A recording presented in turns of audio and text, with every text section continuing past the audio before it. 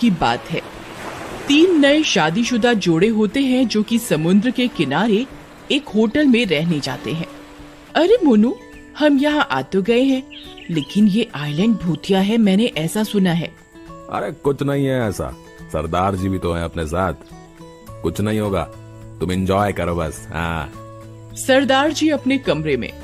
ओ सोनिए, चल समुद्र किनारे मजे करेंगे। ओ चल मेरी जान। क्या सरदार जी बहुत मूड में हो। तीसरा जोड़ा बंगाली होता है, भौमिक और मधुरिमा।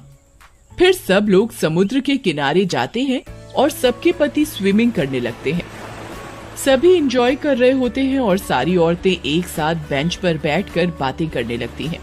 बहन, मैंने तो मना किया था, सुना है ये समुद्र भूतिया है, और देखो ना, यहाँ दूर दूर तक हम 3 फैमिलीज के अलावा और कोई भी नहीं दिख रहा।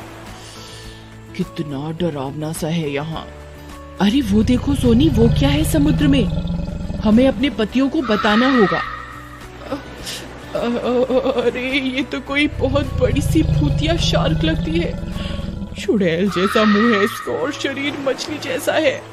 अरे सरदार जी पीछे देखो, कोई अजीब सी दानव शार्क है, आप लोगों की तरफ ही आ रही है, जल्दी से बाहर आओ। सरदार जी और मोनू जैसे ही पीछे देखते हैं, उनकी आंखें फटी की फटी रह जाती हैं और डर से उनकी चीख निकल जाती है।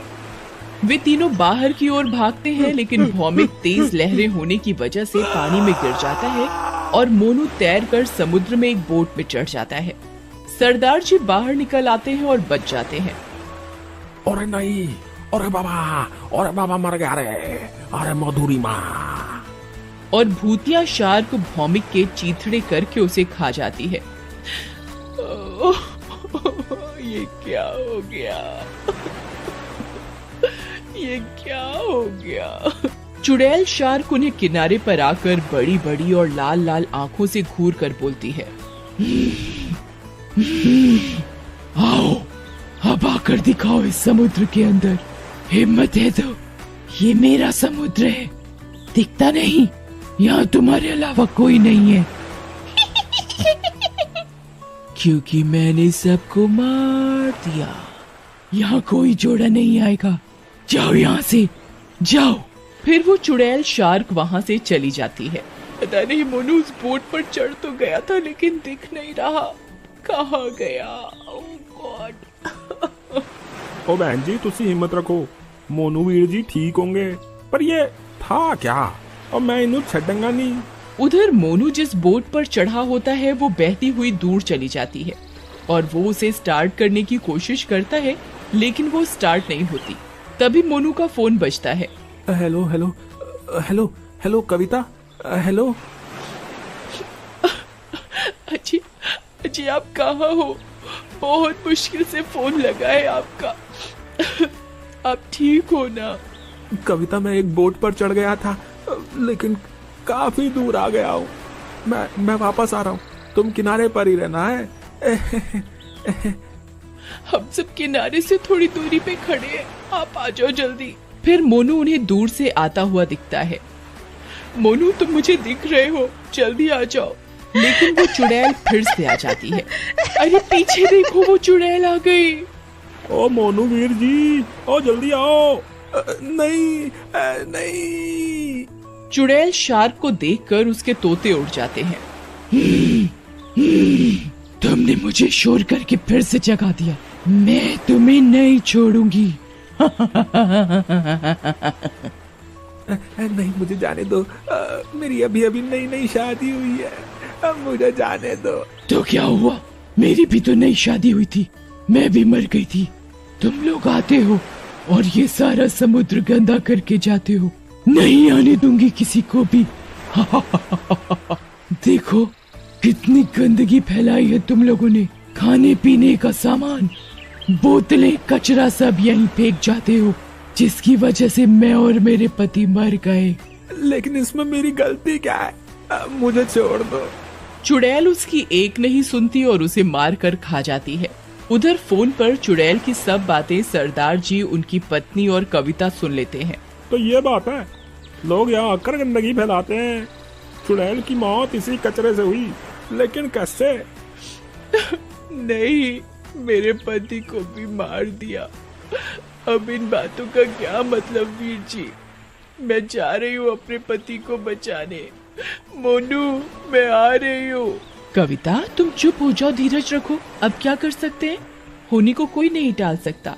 हम हैं तुम्हारे साथ। वो नहीं सुनती और पानी में कूद जाती है। अरे ये क्या किया बहन जी तुसी? और चलो जल्दी सोनी होटल चलो, और हमें मदद लानी होगी। तभी वे लोग किनारे पर बने होटल में जाते हैं।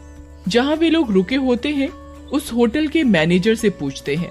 अरे मैनेजर साहब, ये जगह भूतिया हैगी और वो साढ़े दोस्त ਨੂੰ मार रही है, आप जल्दी चलो। ऐ चुड़ैल कित्थों आई? नहीं नहीं, मैं नहीं जाऊंगा पानी में।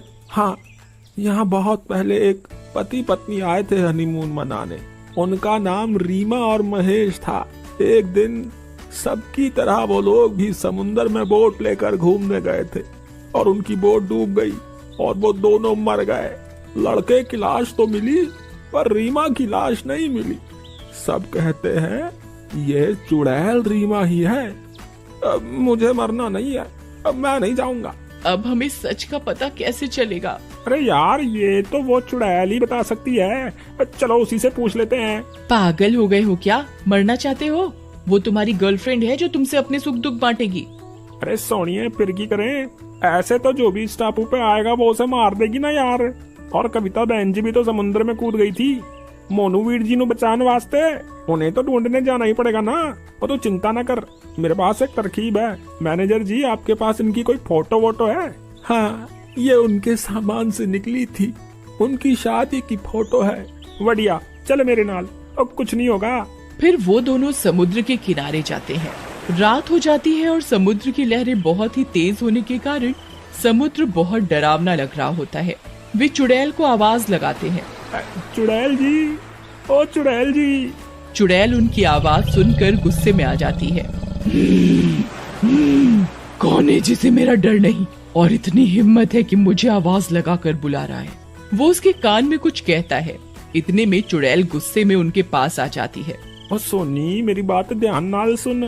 तुम नहीं बचोगे, गंदगी फैलाने आए हो। बोलो, मैं तुम्हें भी मार डालूंगी। चुड़ैल जी, ये देखो, आपकी शादी का फोटो आपके पति के साथ।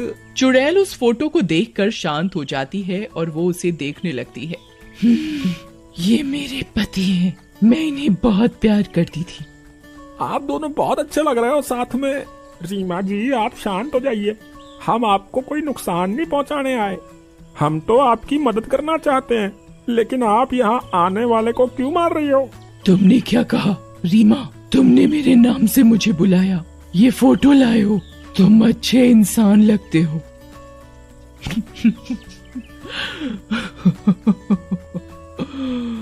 ये मेरे और मेरे पति की शादी की फोटो है। लेकिन आप यहाँ आने वाले लोगों को मार क्यों रही हो? सबको मार दूंगी।